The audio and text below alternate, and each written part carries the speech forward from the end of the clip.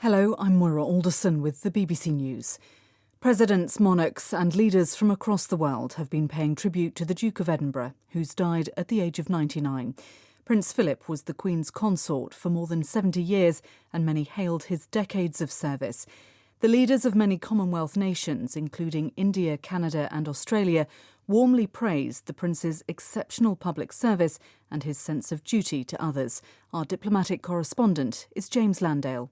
For more than 70 years, the Duke of Edinburgh crisscrossed the world, sometimes at the Queen's side, sometimes on his own, leaving an international legacy that was reflected in the global tributes paid today. Across the world, his death made the headlines. From a White House the Duke knew so well, the current incumbent sent his deepest condolences. Chancellor Merkel said his friendship with Germany would not be forgotten. President Macron of France said he lived an exemplary life defined by bravery and duty. Prince Philip died peacefully in his sleep on Friday morning. A statement by Buckingham Palace spoke of the Queen's deep sorrow. The Prime Minister, Boris Johnson, said the Duke had earned the affection of generations in the UK, across the Commonwealth and around the world. All official flags on British government buildings are being flown at half-mast. Hundreds of people earlier passed by Windsor Castle to remember Prince Philip and show their support for the Queen. Many said they'd wanted to come in person to lay flowers and offer their condolences.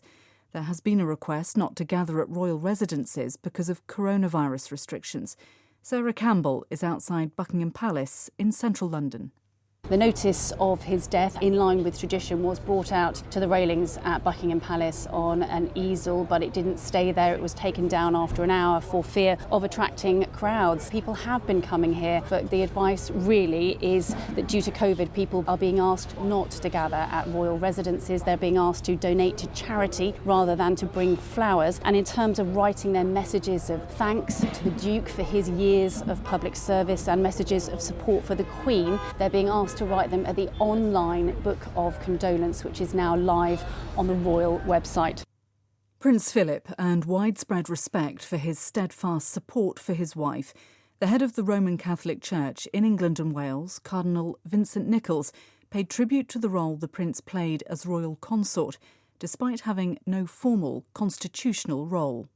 The Queen would come, he would be a step or two behind, and never absent, but there, not seeking the limelight, not seeking any preeminence.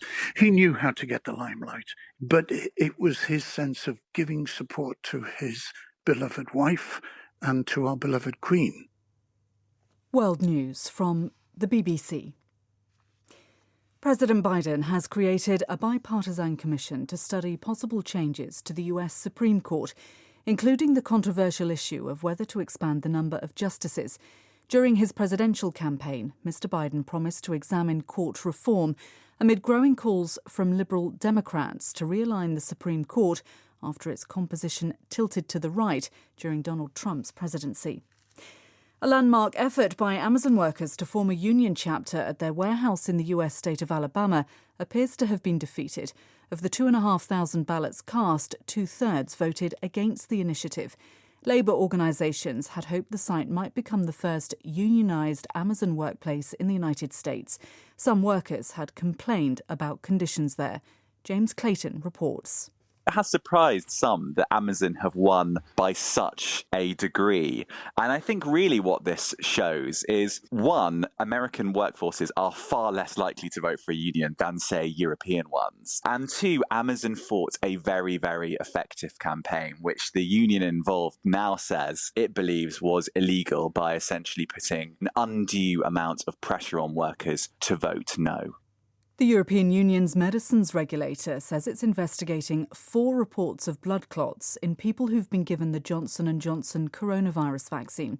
It said 1 had taken place in a clinical trial and 3 during the rollout of the vaccine in the United States. 1 case was fatal. The vaccine has been approved for emergency use in the EU. The World Health Organization has criticised the huge imbalance between rich and poor countries in accessing coronavirus vaccines. The WHO chief, Tedros Adhanom Ghebreyesus, said 14 countries had yet to receive a single jab. He said his target of seeing vaccines being administered in every country by Saturday will be missed. BBC News.